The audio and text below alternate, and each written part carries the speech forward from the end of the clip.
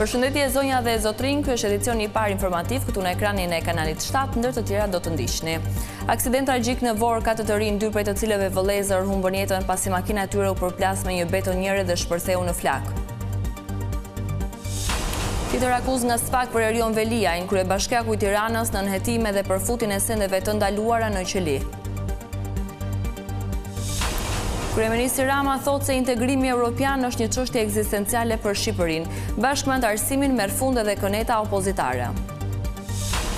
Ish-kreu i bandës së Durrësit Lulzim Berisha mohon akuzat për vrasjen dhe pjesëmarrjen në grup kriminal, por gjykata e posaçme lë në burg pa afat.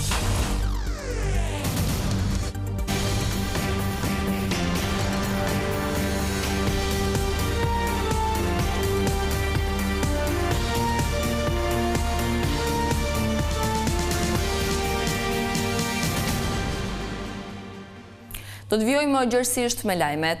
4 të rinj të moshave mes 20 dhe 24 vjeç, 2 prej të cilëve vëllezër humbën jetën në një aksident pranë Vorës.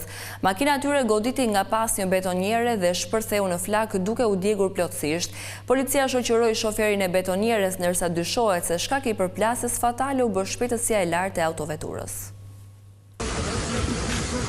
Ishin duke u kthyer në banesë, por përplasja makinës së tyre me një betonier i mori jetën 4 të rinjve nga zona e Krujës. Në drejtimin e Bencit të Bardh ishte 25 vjeçari Enej Dlaçi, i cili kishte shkuar në Rinas për të marrë të vëllain e tij Eril Dlaçin, që sapo ishte kthyer nga Gjermania. Rrugës për në Borizan mjeti i tyre përplasi nga pas një betoniere, ku si pasoi 2 vëllezërit humbën jetën. Viktima e aksidentit tragjik ishte dhe kushuriri i tyre Andi Laçi, 22 vjeç, si dhe Enrikejt Kurti, 24 vjeç, shok me 3 viktimat. Makina nga përplasja fort shpërtheu në flak, duke djegur brenda 4 të rinjt, të cilët pavarësisht ndërhyrjes së forcave zjarfikse nuk mbijetuan dot. Betonierja drejtuar nga 24 vjeçari Aleksandër Krashi ishte nisur në drejtim të Fushkrujës. Sipas burimeve në pikën ku ka ndodhur aksidenti, nuk ka shenja frenimi, çka tregon se 25 vjeçari nuk e ka parë betonieren dhe e ka goditur nga pas. Pas hetimeve, policia arrestoi Aleksandër Krashin pasi kishte ndaluar betonieren në rrugë dhe nuk kishte ndezur blokazhin. Ai nuk kishte leje për të drejtuar një mjet të tillë të tonazhit të rënd. Pas aksidentit ai është larguar nga vendngjarja. 24 vjeçari akuzohet për 3 vepra penale: shkelja rregullave të qarkullimit rrugor, drejtimi i automjetit në mënyrë të parregullt dhe largimi nga vendi i aksidentit. Në pranga ka rënë gjithashtu dhe Valentin Krashi, i afërm i të riut, pasi e ndihmoi atë për t'u larguar nga vendi i ngjarjes.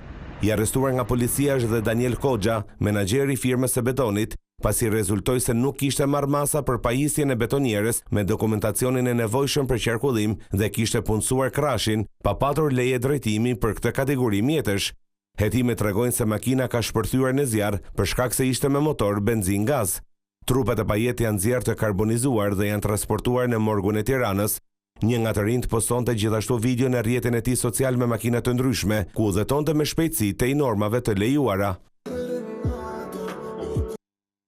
Një tjetër aksident është shënuar këtë të njëjtë në aksin Burrel-Klos, ku një fëmijë 4 vjeçar është përplasur për vdekje nga një furgon pasagjerësh. I mituri ka qenë duke kaluar rrugën për të shkuar në shtëpi në momentin që është aksidentuar. Fëmia është transportuar me urgjencë drejt spitalit të Burrelit, ku ka marrë ndihmën e parë e më pas është nisur drejt traumës në Tiranë, por si pasojë e goditjes së fortë nuk ka mundur të mbijetojë. Ndërkohë në Bulqiz, në vendin e quajtur Ura e Volcit, Hysnie Mura është përplasur për vdekje nga një automjet që drejtohej nga një 64 vjeçar Sali Hoxha. Ky i fundit ka humbur kontrollin mbi drejtimin e mjetit dhe ka dalë nga rruga duke aksidentuar këmbësoren 59 vjeçaren, e cila ka ndërruar jetë në vendngjarje. Uniformat blu kanë arrestuar drejtuesin e mjetit.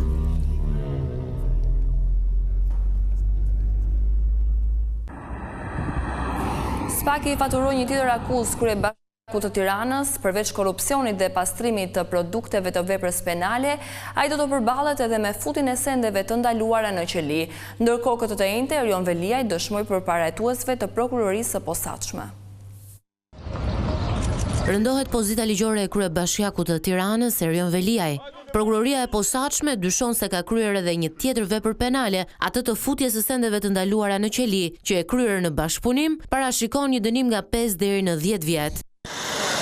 Për herë të parë, që nga momenti kur është arrestuar, e më pasi është komunikuar masa shtrënguese e lirisë, Erion Veliaj u mor në pyetje nga SPAK. Brenda ambienteve të institucionit antikorrupsion, kryetari i bashkisë qëndroi rreth 1 orë e 30 minuta, ndërsa ishte në prani të 2 avokatëve të tij, Ermir Beta dhe Artur Selmani. Vizion Plus mësoi se kjo akuzë e re për të cilën SPAK do ta hetojë Erion Veliajin ka të bëjë me përdorimin e celularit të gardianit të burgut gjatë transportimit të tij në gjykatën e posaçme të apelit, moment kur kryebashkiaku kishte ankimuar masën e arrestit në burg. Në nënhetim për të njëjtin rast përfundoi edhe polici i burgut, i cili dyshohet se i ka dhënë atij telefonin. Ndërkaq vetë gardiani, pasi u mor në pyetje, pretendoi se diçka të tillë ai e ka bërë nga frika. Vepra e re për Erion Veliajin e parashikuar nga neni 324A, futja ose mbajtja e sendeve të ndaluara në institucionin e ekzekutimit të vendimeve me burgim, e çon në 3 numrin e akuzave për të cilat hetohet kryebashkiaku i Tiranës. Më herët, gjykata e posaçme e më pas edhe ajo e apelit e la në burg Erion Veliajin për korrupsion pasiv dhe pastrim të produkteve të veprës penale, kryer në bashkëpunim me disa biznesmen dhe gruan e tij, Ajola Xoxa.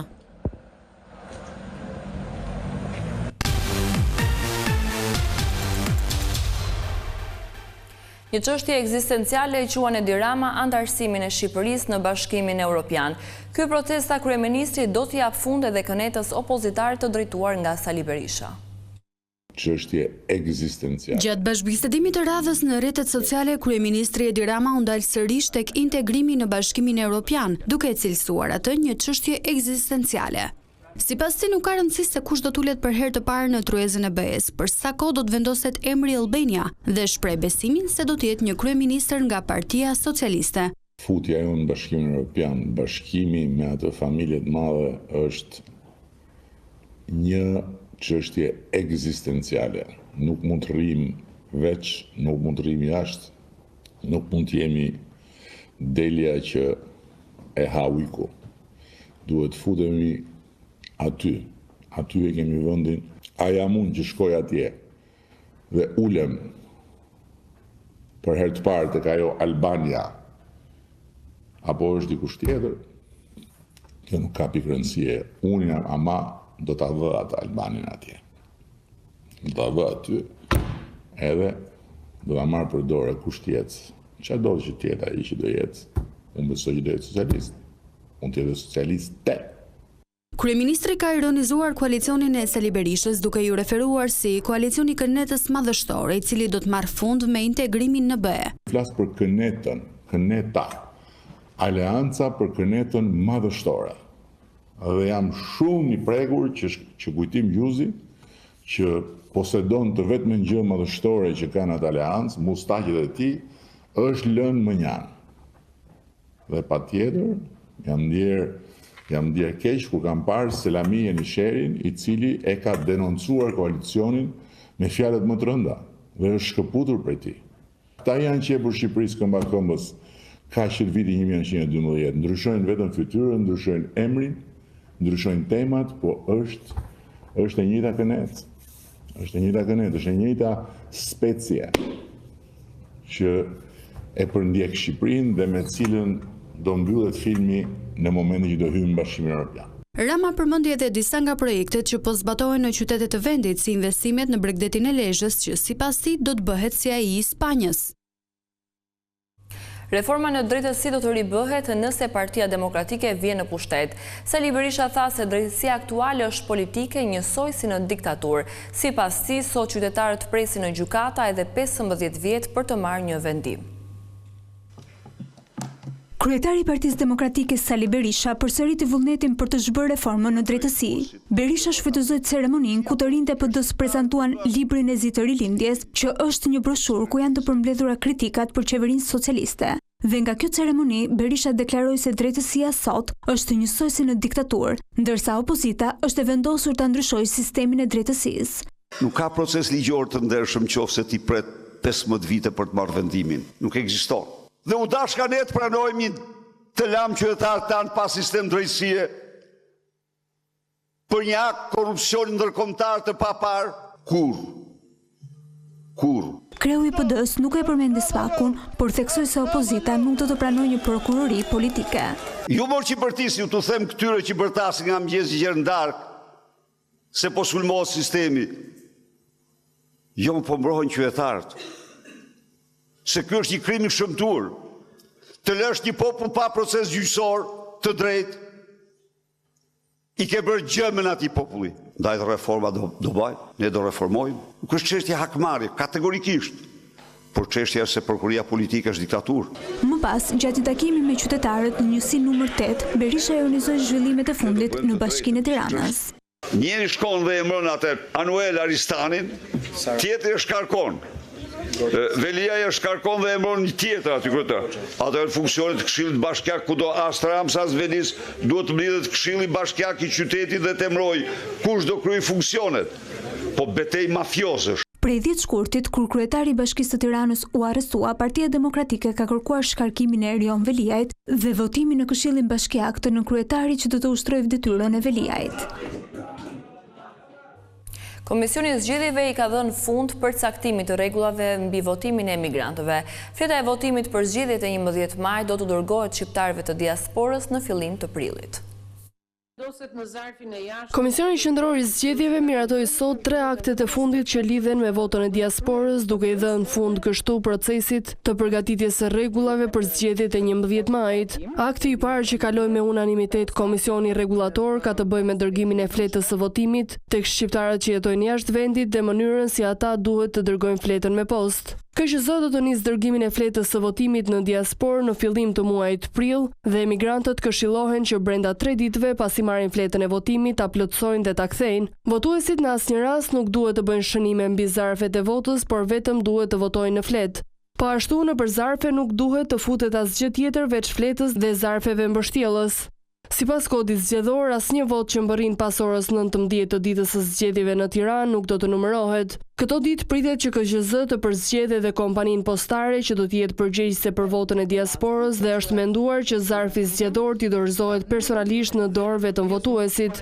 Po sot Komisioni Rregullator miratoi edhe aktin që lidhet me mënyrën se si do të administrohet e numërohet vota e diasporës, proces që do të realizohet nga partitë politike, njësoj si që ndodh me procesin e numërimit brenda vendit.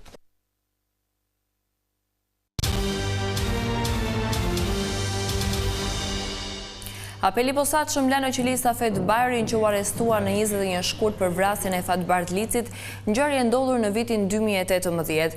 Burimet konfirmuan se brenda ambienteve të apelit të posaçëm antikorrupsion Bajri mohoi akuzat. Kam qenë në diskotek në Tiranë me të dashurën time, nuk kam lidhje as njohje, as motiv për çfarë akuzohem.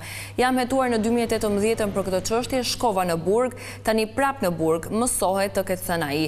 Të njëjtin vendim apeli dha edhe për 2 personat e tjerë që dyshohet se janë të përfshirë në ekzekutimin e Licit dhe Behar Bajrit. SPAK i akuzon ata se në bashkëpunim me njëri tjetrin kanë organizuar dhe kanë kryer vrasjen me paramendim në formën e grupit të strukturuar kriminal.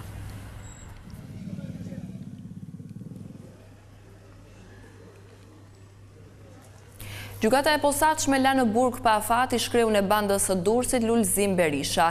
Gjatë seancës ai mohoi akuzat e vrasjes, ndërsa kundërshtoi edhe dëshmitë e dhëna nga i penduari drejtësisë Luftar Reçi. Për ish-kreun e bandës famkeqe të Durrësit Lulzim Berisha, gjykata posaçme vendosi burg pa afat. Në seancën që i verifikoi masën e sigurimit, ai kundërshtoi deklarimet e bashkëpunëtorit të drejtësisë Luftar Reçi, i cili rrefeu krimin e vitit 2005, vrasjen e Klodian Saliut, për të cilin Lulzim Berisha gjendet sot pas hekurave. Nuk e njoh fare atë njeri, nuk e kam takuar asnjëherë. Nëse më provoni një kontakt, më dënoni sa të doni. Një lloj siç më ra akuza tjetër, një lloj do të bjerë edhe kjo. Lulzim Berishës tashme do t'i duhet të përballet dhe me akuzën e vrasjes si grupi strukturuar kriminal ndaj armikut të tij të dikurshëm Klodian Saliu, ngjarje kjo e ndodhur në autostradën Tiranë-Durrës. Për këtë arsye shteti shqiptar e shpalli atë në kërkim në vitin 2020, ndërsa për mungesë provash i rrezoi akuzën për vrasjen e biznesmenit tjetër Vajdin Lame. Krime këto që ndodhen brenda 48 orëve. Edhe avokati i tij kundërshtoi masën e sigurisë, një lloj dhe rrëfimet e Luftar Reçit.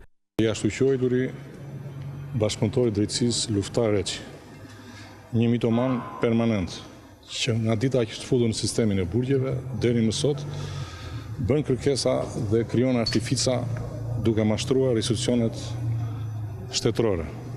Përfitoj nga rasti, t'i bëj thirrje ndërgjegjes profesionale të prokurorëve të posaçëm, që përdorimi i bashkëpunëtorëve të drejtësisë për interesa të caktuara apo për statistika mediatike, cënon në rënd sigurinë kombëtare, sigurinë e jetës dhe sigurinë e pronës. I shumë kërkuar i Lulzim Berisha u kap në mes të dhjetorit të 2 viteve më parë me identitet bullgar dhe pamje fizike tërësisht të ndryshme në Spanjë, ndërsa u ekstradua të martën vonë drejt vendit tonë. Bashkëpunëtori i drejtësisë dhe vrasësi me pagesë Nureddin Dumani rrëfeu gjatë dëshmisë së tij ekzekutimin e komisarit të policisë Dritan Lamaj. Ai tha se krimi i vitit 2013 ishte kryer nga shoku i tij Henrik Hoxhaj. Në gjykatën e posaçme vijon saga e rrëfimeve të Nureddin Dumanit, bashkëpunëtori të drejtësisë i ka shërbyer si vrasës me pagesë për llogari të disa grupeve kriminale. Këtë të hënë ai tregoi se njohja me shokun e tij të dikurshëm Henrik Hoxha erdhi menjëherë pasi kishte zbuluar se ky i fundit kishte qenë ekzekutori kryekomisarit Dritan Lamaj. Jam takuar në 30 dhjetor 2019, por më kishte folur Festim Qoli për të. Më ka folur kur kam dal nga burgu herën e parë kur isha për 2 makina të vjedhura. Pata një debat me një shef policie te komisariati numër 6. Më qelloi disa herë kur u arrestova. Por kur dola, mora vesh që e kishin vrarë. Mu bë qefi për këtë. I thash që do t'ju jap një dreg atyre çunave. Më tha Festimi do t'ja japësh se vëllai jon është. E kishte fjalën për Henrik Hoxhajn. Vrasja e kryekomisarit Dritan Lamaj ndodhi në shkurt të vitit 2013, duke tronditur opinionin publik. I dënuar me burgim të përjetshëm përfundoi ish politikani Arben Froku, i cili u arrestua në Holand. Froku i shpëtoi ekstradimit në Shqipëri, e pas njohjes së vendimit të dhënë nga apeli i krimeve të rënda, gjykata e Holandës vendosi që të hiqej burgimi i përjetshëm. Po sot, Dumani dëshmoi se me Henrik Hoxhajn thurën planin e ekzekutimit të Dorian Shkozës, 35 vjeçarit që u vra në Durrës, teksa ishte duke ecur. Për t'i marrë jetën, Nureddin Dumani tha se Henrik Hoxhajt i kishte ofruar 100.000 euro, nga të cilat 5.000 i përdori për t'i blerë atij telefonin e koduar Sky ECC. Kjo gjithçka e përgatitur edhe për këtë edicion informativ. Unë ju falenderoj për vëmendjen tuaj. Bashkë, mirupafshim.